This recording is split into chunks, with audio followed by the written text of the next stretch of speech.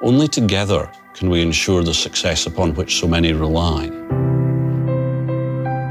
In my case, it took a team effort to develop the world's first cervical cancer vaccine. Since then, the lives of countless daughters, wives, sisters and mothers have been saved. The only difference between my story and those still unfolding is time. One morning I woke up and got into the shower and all of a sudden my head started to go a bit wonky. I was trying to wash my feet and bending over, my head just throbbed. And by the time the results came back out, it was obvious it was a stroke. And just leaving the hospital, Mum was obviously quite upset, my sisters were quite upset.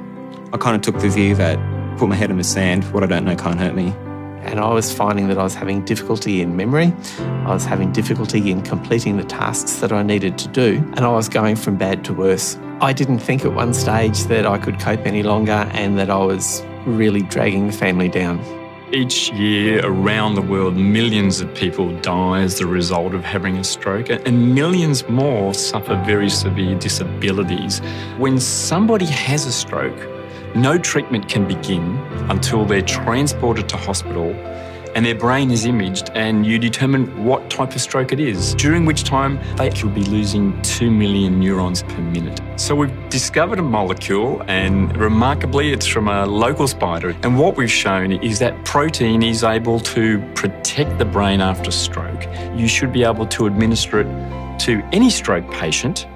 And what that means is you'll be protecting the brain during that time that you have to transport them to the hospital. And so you will rescue much more of the brain, and the outcomes after the stroke will be much better quality of life. Having studied medicine at UQ, seeing firsthand the effects of stroke and how this drug can improve outcomes is massive. If people can get treatment pretty quickly after they've had their strokes, it would be amazing for their development and rehabilitation.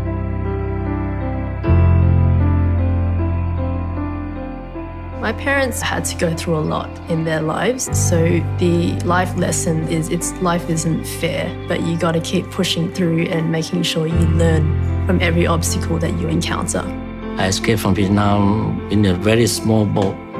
The wave come out, big at a building. I'm one of the lucky one because only one out of three come here. He just had a pair of pants on, and that was basically all of his belongings. It was definitely a good childhood. My parents worked hard to make sure it was as wholesome and enjoyable as possible, even with all the hardships going on in our lives. I applied for the Aspire Scholarship because I thought it would really help with the startup costs that I had to navigate, especially books and dental equipment and also just accommodation in Brisbane. So I thought it would help out my parents a lot, and it definitely helped with kind of getting out on my own as well and being independent. So after I graduate, I do intend to keep learning, keep delving into different aspects of dentistry and gathering as much knowledge as I can to enable myself to help more people. There's a lot of people need help, and if they have a chance, they do it. They will do it if we give them a chance.